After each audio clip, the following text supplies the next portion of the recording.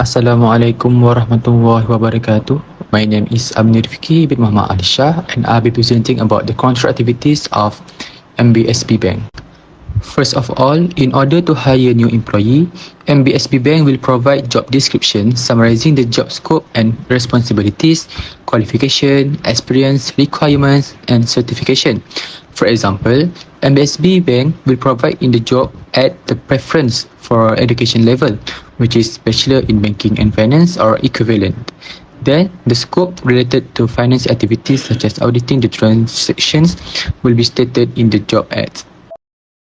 There are many ways implemented by MBSB Bank to secure their assets and data, such as asset tagging or documenting, such giving each object a barcode or unique identifying number. Usually, labels or asset tags are used for this. These tags must to be robust and challenging to remove. A QR code or barcode, the asset's name, and a unique ID should all be included on the tag. In order to monitor bank's assets, they will implement access control procedures to limit entry to individuals who are authorized. Monitoring bank asset security is a continuous process that calls for attention to detail, frequent updates, and a dedication to safeguarding the bank's asset and its clients' financial stability. Compliance with the industry regulations and best practices is essential in maintaining the integrity of the bank's security posture. Many ways on how to MBSB Bank can detect the fraud, such as fraud detection and monitoring tools. Firstly is transaction monitoring system, which is the systems continuously monitor all transactions in real time. Then machine learning and artificial intelligence AI. These machine learning models and AI algorithms analyze patterns in data to identify, anomalize, and detect fraud. Establish a policy to direct the company. One such regulation is the Customer Identification Regulation (CIP), which aims to stop fraud and money laundering by requiring consumers to prove their identities. Next, a policy to identify and report questionable transactions is called Counter-Terrorism Financing (CTF) and Anti-Money Laundering (AML). For the summary of control activities, the strength of the MBSB bank system is it implement anti-money laundering and counter-terrorism financing, which is a policy to detect and report suspicious transactions. The weakness is the use RFID scanners in order to secure their assets and data. Implementing RFID technology can be expensive. The initial cost includes RFID tags, readers, and infrastructure setup. For banks, this cost can be a significant factor in the decision-making process. The recommendation is using biometric scanner instead of RFID scanner and creating a business continuity and disaster recovery (BCDR) plan. That's all from me. Thank you.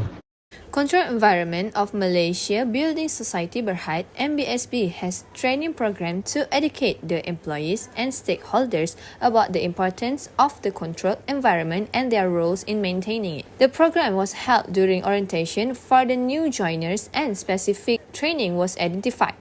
The company also maintained the employees' good behavior, integrity, and ethical value by checking the employees' background, declaration of asset and related party, continuous training and awareness, and the code conduct of ethics. The strength of the control environment of the company is they continuously conduct training programs to educate employees and stakeholders about the importance of the control environment and their roles in maintaining it. It also mentioned background check, which is a good practice to identify any potential risk or conflict of interest. Not only that, the declaration of asset is a valuable measure for promoting transparency and detecting potential conflict of interest, especially for organizations with significant financial responsibilities. Have a clearly defined code of conduct and ethics which set the standard for ethical behavior within the company and provides clear guidelines for expected behavior. However, the business is not saying how this control environment initiatives are measured for effectiveness. Without an evaluation and feedback mechanism, it is difficult to figure out the impact of this effort. Furthermore, the statement provides not a single point to the participation of external stakeholders in the control environment initiative, such as vendors, client, or business partner. In order to improve the weaknesses, they need to establish the feedback mechanism that allows employee and stakeholder to provide input and express concerns regarding their control environment, so they can use the feedback to make necessary improvement and adjustment to the control environment initiative. Besides that, as mentioned in the weakness of the control environment, the company needs to involve external stakeholders in discuss an initiative related to the control environment. In this way, the company can seek their input on ethical standards and collaborate to align values and expectations. Next, we move to the risk assessment of the company. This company apply first line, second line, and third line of defense with risk control self-assessment. The strength of the risk assessment of this company is the three lines of defense model that it follow to ensure various levels of oversight and control, enhancing the company's ability to identify and manage risk effectively.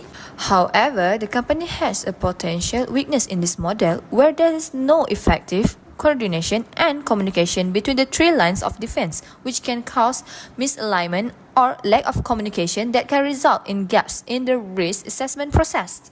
Even with the three-line defense model, there are inherent limitations in risk assessment as it is challenging to predict and address all possible risks. So I suggest MBSP to improve its weaknesses where they need to implement an integrated platform or system for sharing risk-related information, findings, and report among the three lines of defense. This platform provides the capability to update and share information in real time. This ensures that the latest data and findings are readily available to all relevant stakeholders. Assalamualaikum everyone, my name is Muhammad Fadilan Shakir bin Muhammad Shakri and my ID number is MDA2207046. Right now I will explain about monitoring activities for MBSP Bank. For MBSP Bank, it has a special team for monitoring activities. This team is required to develop policies and procedure, and also track, monitor the solution and report to the management. Also, the MBSP Bank will also make sure the monitoring activity are aligned with the organization's strategic goal. With this method, the strength that I can conclude is this approach allow to bank to identify any potential risk or deviation from strategic objective promptly. Also, this bank can analyze the bank operation, identify the area for improvement, and implement necessary measures. For the weakness, of course, even though it has a good strength, but also has a weakness. For me, the weakness is the bank is limited focus for innovation and technological advancement, but so they may excel in their internal process and risk assessment, but their reluctance to invest in cutting-edge technology and embrace digital transformation could hinder their ability to stay competitive in the rapidly evolving banking industry. Also, another weakness is lack of a strong online presence and limited accessibility for customer. So my recommendation for this company, it can invest for a new technology to improve their operational efficiency and enhance the customer experience. Also, this company can both trust and loyalty amongst its client, and also embracing this innovative technology not only boosts the bank efficiency but also position and it at its forward-thinking institution in the digital banking era. Thank you. Hi and Assalamualaikum. My name is Nur Hafizah binti Abdullah and today I would like to explain about MSBC Bank Information and Technology. MSBC Bank always hold talks and training for new and existing employees regarding the importance of procedure documents and the policies that have been set in handling their company system.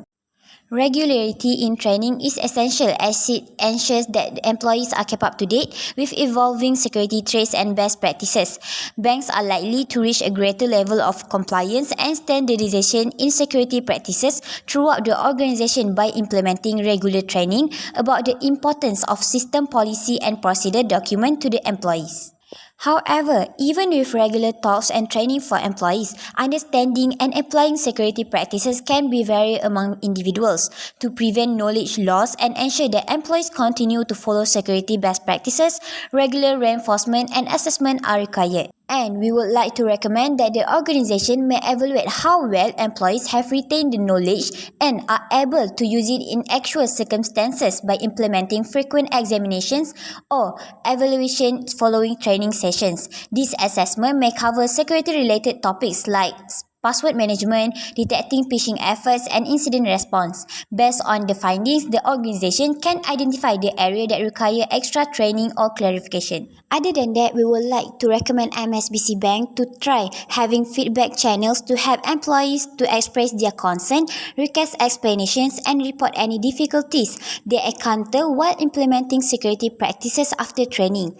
Open communication is essential for addressing individual problems and adapting the training programs to the workforce specific needs. It additionally supports a culture of constant improvement and respond to new security risks. In conclusion, it is very important for all employees to be aware of the security of internal control system from exposure to the public and fraud within employees. Assalamualaikum warahmatullahi wabarakatuh. My name is Nur Ashbit Abdullah and today I will present measures to prevent and detect computer fraud and abuse. As with Malaysia Building Society Berhad MBSP, one of their preventive control policies and processes is a user access matrix. This security model depicts and handles the access control of their computer system resources. It is a way for the organization to set limits on who can access to the company's resources, such as data and files, and what operations they may do on those resources. Each individual has a different access level and permissions for each resource. The actions include read, write, modify, delete, execute, or any other relevant access rights. For example, which employee can only view the resources and which may remove or alter them. In addition, this organization uses a job rotation strategy to prevent computer fraud and misuse within their organization. This approach includes transferring employees or team members through various organizational roles and responsibilities, notably those linked to information technology and access control. This approach has the potential to mitigate dangers such as insider threats. On top of that, another way for MBSB to prevent computer fraud and abuse is by changing their passwords on a regular basis. One of the key reasons for updating passwords on a regular basis is to reduce the possibility of steal or hack credentials. As at MBSB, they implement predetermined calculations in order to detect computer fraud and abuse. This technique can identify regular patterns of behavior in a system or data set. Any deviations from these patterns can be flagged for investigation. Another method that MBSB uses is by setting predefined limits on various system parameters or user activities. These companies set limits on login attempts, transaction amounts in financial system, and the amount of data that could be transferred in a given period. Any suspicious behavior that exceeds the defined limitations can be flagged for investigation. The measures that were implemented by the company to address and correct issues are by assessment of root cause analysis and an action plan to prevent recurrence. This detailed investigation assists businesses in understanding why the problem occurred in the first place. Once the root cause is identified, corrective steps may be performed to address the fundamental issue, which in turn prevents recurrence.